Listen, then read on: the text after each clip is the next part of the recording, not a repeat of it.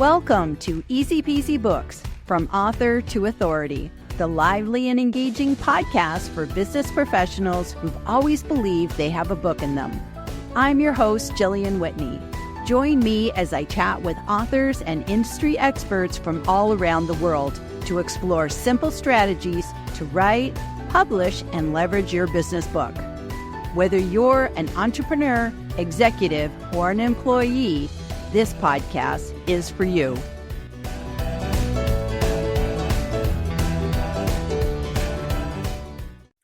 And hello and welcome back. And I have a very interesting guest in the house today, Jim Cooper. And we're going to be having a great conversation today. But before we get stuck in, Jim, can you please tell people who you are and what you do? Well, that could take a half hour in and of itself. Multi-purpose person here. Jillian and I met on a podcast, which was my podcast because I have a podcast and she has a podcast. So this is kind of like a swap here. I do voiceover work currently. I narrate audiobooks, do some commercials, some e-learning, some promo. I'm also an author. I've written 2 books, one fiction, one nonfiction. Yeah, that's just kind of the abbreviated version. What was the name of that the company that put out all those book notes? Cliff Notes? Cliff Notes. Yeah, I couldn't remember the name of the Cliff Notes version. Love that. I love that. And I actually grew up in Canada and we called them Coles Notes. And I remember moving down here and I'd say Coles Notes. People were like, what are you talking about? What are you talking about? I learned Cliff Notes. So, and then I get confused with the Cliff Bar. So yeah, both of them. What's the Cliff Bar? The Cliff Bar, it's like a protein bar. So you need a Cliff Bar when you need like a jolt of protein. You actually want something sweet, but you don't want a cookie. So you have a Cliff Bar. I have lots of those. So thank you for that summary. So let's start with your podcast. So you are multi-talented, and I hope we can kind of get through all the different parts of you in 30 minutes because there's so much that's relevant to the audience here.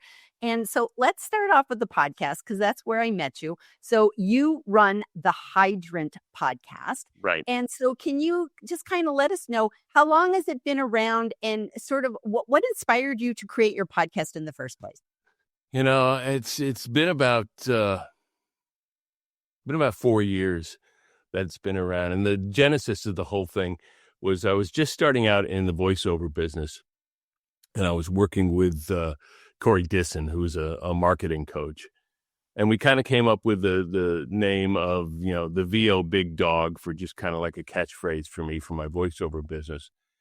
And I just had it in my mind that I wanted to do a podcast, but I didn't want to do the same podcast that other people were doing at the time. And I just said, so we batted around a few names and, with the dog theme. And it just kind of came up as like, how about the Hydrant? And I was like, okay, that works because we can get all sorts of innuendo out of that, get a leg up at the Hydrant, a steady stream of guests at the Hydrant, whatever, you want to do with it. And in its initial inception was just to talk to other voiceover people, one, to get to know the community and to get my name out there so people would know who I was, and then I could meet them and figure out what they're doing and make some contacts that way.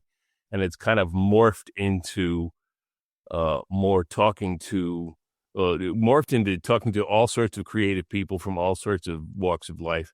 And we've been kind of focusing on authors and independent authors lately. And it's been fun. The whole point was to have some fun, to learn about some people, but also to have some fun and, just get people involved in it from that way. I love that. And I must say, it was a very fun experience being on your podcast. It was a lot of fun.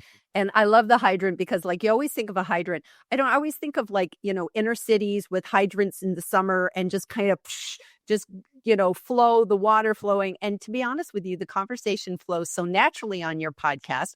And I always think that, especially with creatives, because like you said, there's a mix of people, a lot of authors on your show.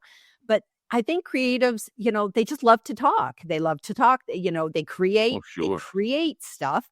And so then, of course, they want to talk about it. So I'm just curious, how do you find your guests? How do you choose your guests? I know we all have our different things with podcasts. So what's sort of your secret?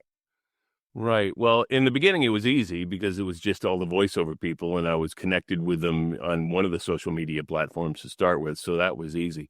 Once I got into broadening the scope a little bit, I'd signed up for a pod matching service. I think it was Podcast. No, it wasn't Podcast, Pod Match, excuse me. And started going through that and just kind of picked and choose people that I thought would be good matches for the show. And had a lot of people on through Podmatch. And now it's just kind of as I go through, and I really got into doing one every week, and I just got on the schedule of like, got to have one every week. And so I ended up talking to a lot of people. And then this past summer, I just said, I need a break. I can't do this every week. So kind of took the summer off. And now I'm doing one every couple of weeks. And it's people that generally that I'm coming across on LinkedIn or any one of the other social media platforms that I think would be a good guest. And I'll just try to connect with them and just say, hey, I've got this podcast. Here it is if you want to listen to it. And, if they're interested, yeah, we'll go do one. Awesome. That's great. So one of the things that you mentioned is that you are an author and you've done 2 books. I wasn't aware of the second book. So I knew you had done a mystery thriller. I wrote it down, Twisted Ties. Right. So I came across your book. There we go. I love that. So that was sort of the fiction genre. So that was like a mystery thriller. Sounds fascinating because it was like I read the Amazon description was, ooh, this sounds very good. And I admitted to you before we even started today, I love David Baldacci. So I kind of, I love thrillers and adventures and mystery books and stuff like that. But anyways, can you tell us about your first book and then about your second book as well? Well, the first book was just to get, I've always loved writing, and I'm a book nerd. And so I just, I'm reading constantly. If I'm not reading 2 or 3 books at once, I'll usually have one on a real book, and then I'll have a Kindle book, and then I'll have an audiobook, and then, go back and forth between the 3 of them. So that gets crazy at times, but always wanted to write one. Even when I was a kid, I'd sit down at the typewriter and showing my age, sit down at the typewriter and, write something, whatever came to mind. So I always wanted to write one. And the first book was really just kind of a extension of that, of like, okay, I'm going to get serious and just see if I can complete one. I don't care if it ever sells. I don't care. I want to be able to complete a book. And through a whole series of steps, I was fortunate enough to hook up with an author who was doing some coaching at the time and got involved in some writers groups and got involved with NaNoWriMo, which was, a big impetus to get the book written. So it took about 7 years, but finally got it done and was real happy with it and got some good feedback on it. I didn't put a whole lot of marketing effort into it. It just, my goal was to get it done. So that was cool. The second book is a nonfiction piece that was based on my experiences as a cancer caregiver for my wife, who had was diagnosed with brain cancer about 10 years ago and went through a lot of chemo treatments, went through a stem cell transplant, and just it was kind of like all our experiences. And what I was doing was actually using social media to just write daily posts of what was going on, which did a couple things. One, it let me write. And 2, it saved me from making like 20,000 phone calls to all, friends and relatives and that kind of thing. Cause I could just write out, here's what's happening. And so I had this mess of posts by the time we got to the end of treatment. And, I was like, I got to do something with this. And we got very fortunate in our experience because everything that could have happened went right. Mm-hmm. And so we felt this immense sense of gratitude of having to give something back. And I thought, well, messed around with these posts a little bit and tried a couple different things. But a good friend of mine suggested, why don't you just make a guidebook, make a workbook of sorts. And I was like, that's a good idea. So the book is really kind of like my 21 steps of being a cancer caregiver. And so the emotional things you'll come come up against, some of the, natural things you'll come up against, and how, as a caregiver, you react and keep yourself sane and keep yourself healthy while going through that, because it's a real big part of that whole experience, is because if the caregiver gets sick, then you're really in deep trouble. So I just came across this, and it just worked out real well, and I've gotten a lot of good feedback, and I've talked to a couple groups, and they seem to be happy with it. So that kind of grew out of just personal experience. Wow. That's very humbling. And, I could see that would be such a valuable gift to give to somebody that is struggling, because I know anybody facing something like that. I'm one of the people, I always turn to books for everything going through my life. Is there a book on it? Has somebody got some tips for me, because I'm drowning here? Right. And so that's awesome. Where can they actually get that book, Jim? Is that on Amazon or on Amazon? No, they can go to Amazon, and there's a copy of it. There's a paperback version. There's an audiobook version. Which I had to do. I'd be slacking off if I didn't do it. Absolutely. And what's the title again? What's the full title again? Good question. The Not So Little Book of Cancer Caregiving. Okay, good. I want to make sure people can find it, because I did not see that on Amazon, because I would have jumped up on that. So, okay, this is audio. You said the audiobook narration, which is like an excellent segue into the next thing that I wanted to talk about with you is, first of all, let me just go back one thing. How is your wife now? She's great. I mean, thank you for asking, but she just passed her 10th anniversary of being clear. So, the whole thing, like I said, we are so grateful. The whole thing has been a very positive experience for us, which we realize is not the case for everyone. I mean, not everyone has a positive experience. So, our gratitude continues, and, we still reach out, and anything that either one of us can do for patients or caregivers, we try to do. Okay, Heart, I had to get that out, because it's like, we're humans. At the end of the day, we're humans. So, okay, scooting into audiobook narration. So that's one of your businesses, that's one of your livelihoods that you offer. And I think it's an amazing element. And, they say that audiobook narration is probably the fastest growing part in the book industry now. It's like we have to have multiple formats to meet our audience. So whether that's the Kindle version, we'll just stick with Amazon for, easy sake. So we all like the Kindle book for, people like me who travel all over the place and move all over the place. It's great. Right. We still like our paperbacks. We like our hardbacks. But audiobooks, wow, we can multitask, because we can listen to them in the car and when we're at the gym and walking the dog and all that sort of stuff. So first of all, how did you even, get into audiobook narration? Where did that come from? Accidental. I mean, I had started doing, I'd left corporate world, and it took some time off, and it's like, okay, what am I going to do next? And having a radio background, this whole voiceover thing kind of came up into my face. And I was like, well, let me explore this and see what happened. And one thing led to another. And did some auditioning, did some coaching with a lot of different people. And I don't even know how, but out of nowhere, an author approached me, X.A. Anderson approached me, and he had a nonfiction book, The Key to the Gate. And he said, I like your voice. You want to do the audiobook for me? And I was like, sure. And I didn't know what I was doing. I mean, I just had no clue what this entailed. He's like, well, here's the book. When do you think you can have it done? And I said, I'll have it in a couple days. It's just not, again, being an idiot and not knowing what that entailed. So it was a very intense couple days of, reading and editing and mastering and that kind of thing. But that was kind of my intro, and thank God for him. That was my introduction into the audiobook world. And I was like, oh, that was kind of fun. Even though I did it wrong, it's still kind of fun. So I just started auditioning and talking to publishers, and joined the Audiobook Publishers Association, and got to know, that whole crew. And over time, and I've ended up doing over 45 audiobooks so far. So it's So it's fun. It's a lot of voiceover people don't like doing them because it can be a slog, especially if you get a long book. And, the longest book I've done is about 15 hours.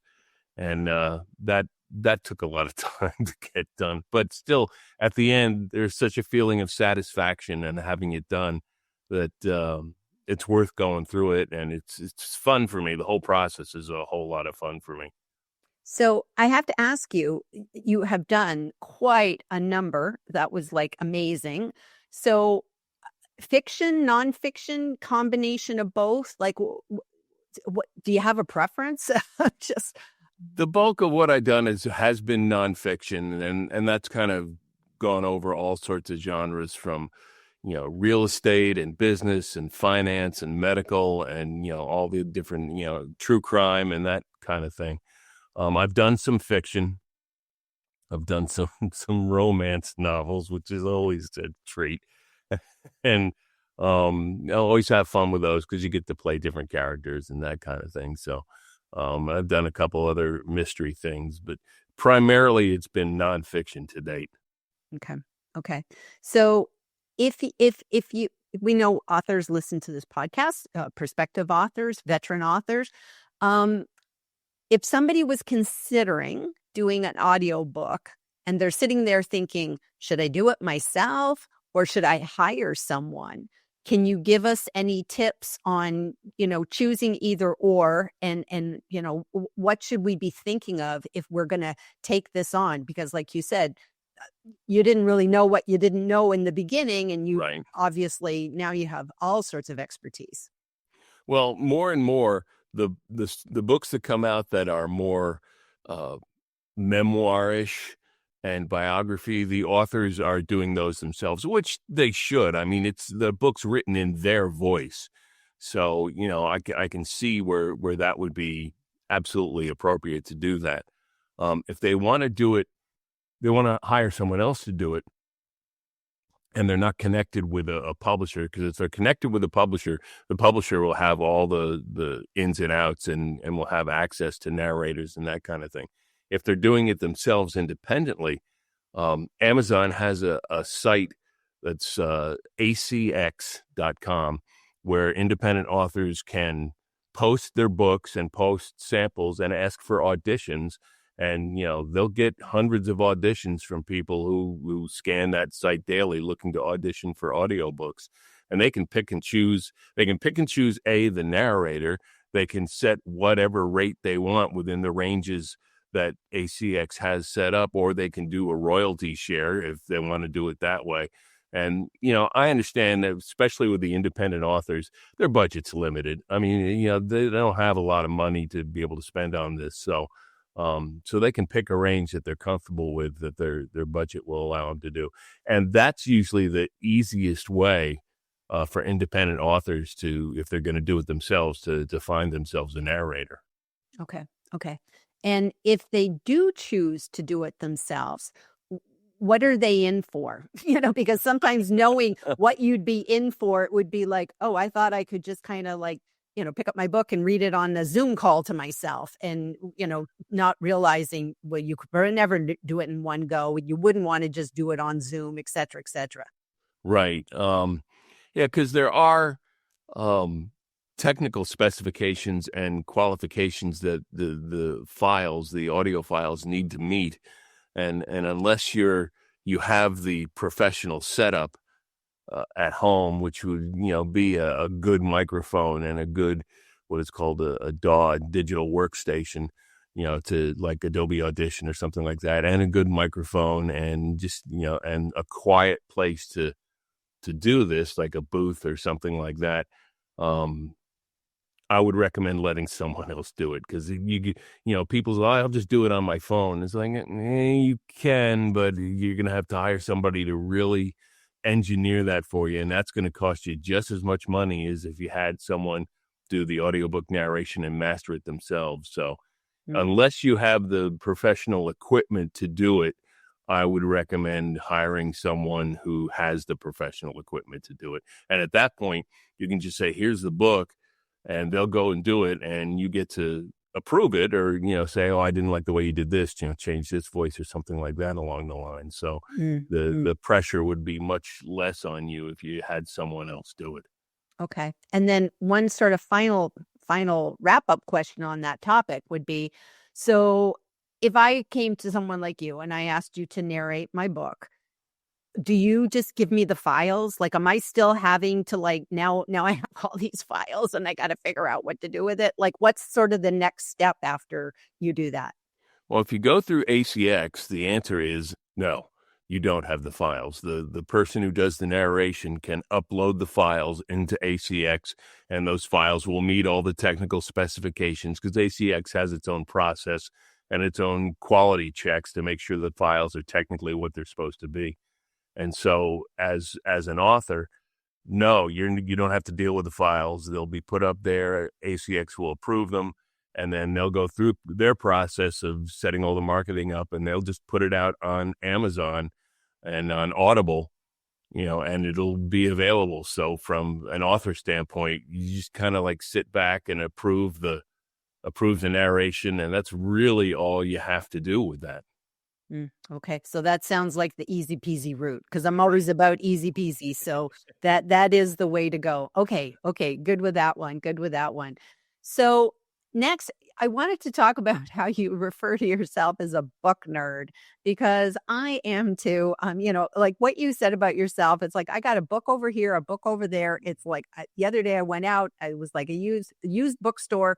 Sorry, it was the Friends of the Library year. Oh yeah, sale. Dangerous. There's dangerous, and it's like my husband just went. Like he just knew that like bags would be coming home, and I actually got selective this year. I only chose titles that I knew I was looking for, because I always have like a list in my head of like what books will jump out and come out home with me from a used sale. But anyways, not about me. I just want to talk about you. So what is it like? What do you like to read? Like, let us get into Jim's nightstand. What's on your, like, what kind of books do you like to read? Fiction, nonfiction, a mix? Primarily, I read fiction. I mean, I will read nonfiction if it's some topic that really interests me or an author that really interests me, if it's a biography or something like that. But primarily, it's fiction. I like the mystery, thriller, suspense genre, and I like it when they're funny. Authors like Carl Hyacin or Tim Dorsey that write mysteries, but they have a great sense of humor, and their characters are kind of wacky and out there. So that interests me probably more than anything else. A lot of the old noir, hard-boiled detective, Raymond Chandler, Dashiell Hammett kind of people and characters, that interests me. That grabs me. I mean, I can read, The Big Sleep or The Maltese Falcon, over and over again, because it's just they're wonderful books. I really get into those. So that's primarily. There's some science fiction in there. There's some literary fiction mixed into there.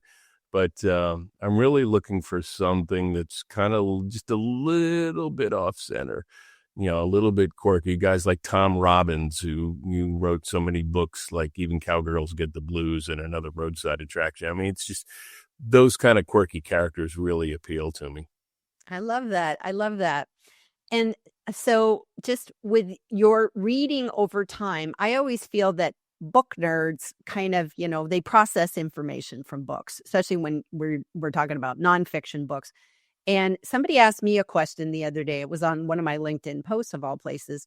And they said, is there any books that you have reread that like you read that book and you reread it again because it had some sort of impact on you? And I had to really stop and think about it. And I went, actually, there's quite a few books, that, and one of mine was Big Magic by Elizabeth Gilbert, because every time I read that, it's always about creatives and writing, but it's about all artists. And I'm a little bit different every time I read that book, and I get something different out of it. So I just wondered, is there any particular book, and it could be fiction or nonfiction, that you actually have reread and you just went, because it had such an impact on me? Well, that list is long. There's several that I've reread even more than twice. From a nonfiction standpoint, one of the books that I refer to over and over and over again, and I just had an author on my podcast, and he's read the same book, so he got talk a lot about that, was a book called Bird by Anne Lamott. And Anne Lamott is an author, but she's also written a number of books about writing. And Bird by Bird just nails it. I mean, if you're really interested in writing and want to think about writing a book, read this book first, because it absolutely nails the process you're going to go through, the mindset you've got to be in. And I've referred to it over and over again. It's a wonderful piece of work. And so I recommend that to anyone who wants to write. From a fiction standpoint,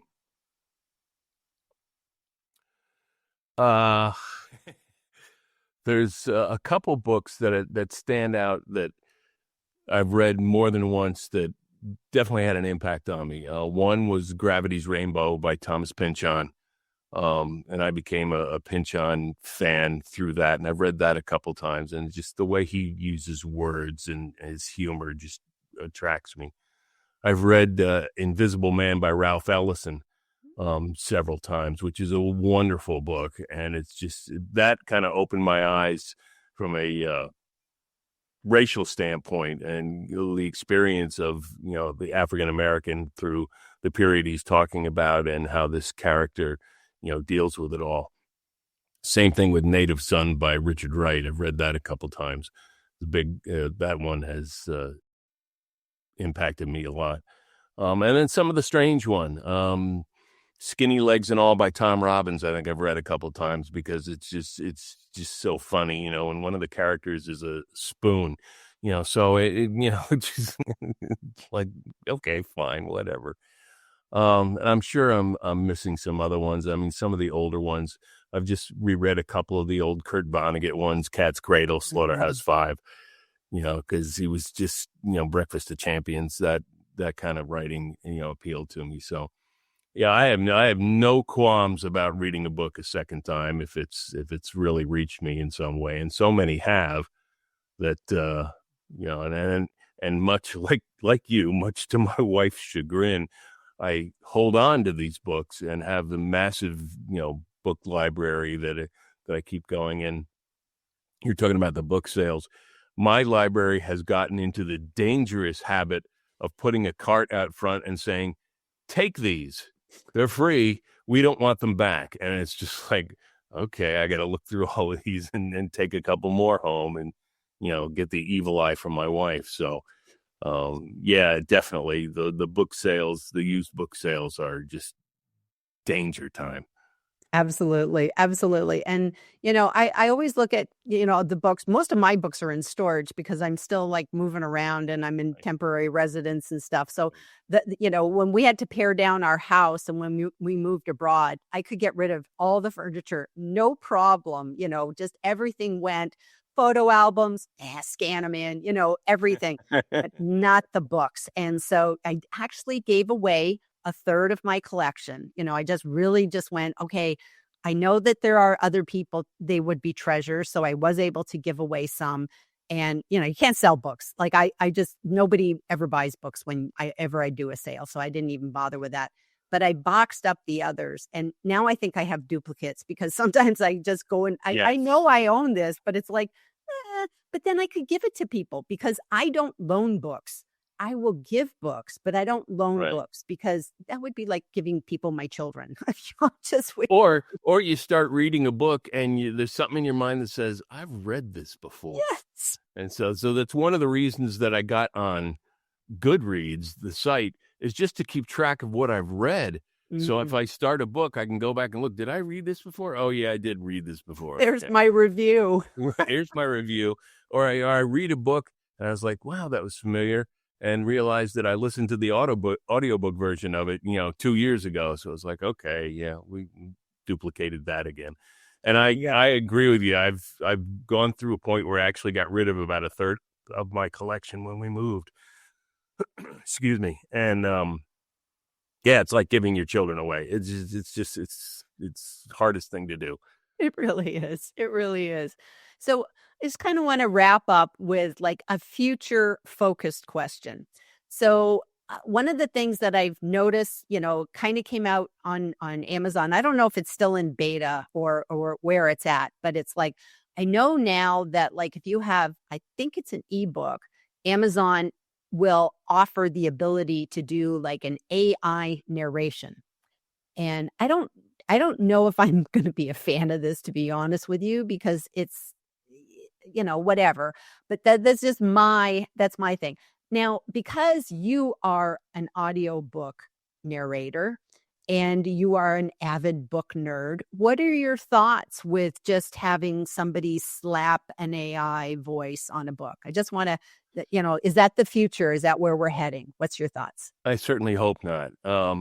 It certainly is happening, and especially with independent authors who don't have a lot of money, they see the ability to do an AI version of their book on the cheap, and it can be done. And the technology does get better and better and better, and it's not going away. And it has it impacted the voiceover industry? Unquestionably. It definitely has. It's made competition a little bit tougher, particularly on the low end of things. But, if you have a discerning ear, you can still tell the difference. It's not perfect, but it does get better and better.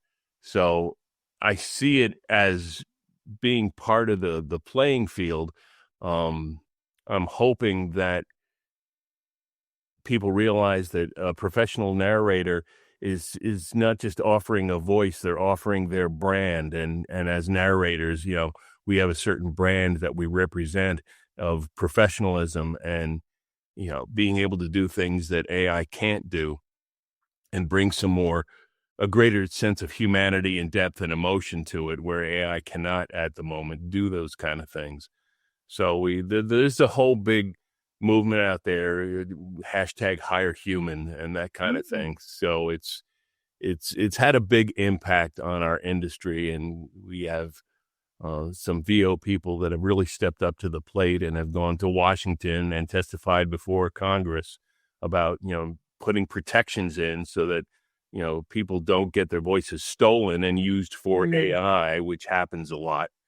So there's a whole lot going on. It's kind of like the wild, wild west at the moment, but more and more the protections are coming in and people are scratching their heads saying, let's be careful here. Let's not go whole hog and make sure that we're doing the right thing at the right time. Brilliant. Brilliant. Well, thank you for sharing those thoughts. And wow, I never even thought about people stealing voices. Oh, sure. Like, oh my gosh, but you're right. It's just like, oh my gosh, the repercussions. Well, anyways, thank you so much, Jim, for being here today and sharing your expertise. And thank you very much. And bye-bye, everybody. We will see you next time. Thank you for tuning in to this edition of Easy Peasy Books, From Author to Authority. If you found value in today's episode, I'd be grateful if you could leave us a review. It helps other aspiring authors discover our podcast. To learn more about writing, publishing, and leveraging your business book, visit my website at easypeasybooks.com.